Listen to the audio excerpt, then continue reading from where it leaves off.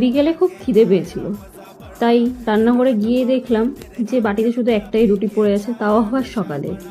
তাই কি করব করতে করতেই চাটুতে একটু হালকা সর্ষের তেল গরম, তো চাটুর মধ্যে একটা ডিম ফাটিয়ে দিয়ে দিলাম।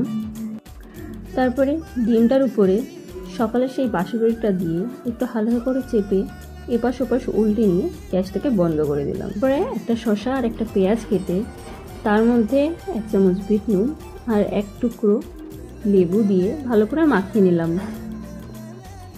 তারপরে এক এক করে রুটির উপরে শসা, পেঁয়াজ, টমেটো সস আর কাসুন্দি দিয়ে দিলাম। সহজেই তৈরি হয়ে গেল আমাদের রুটির রোল।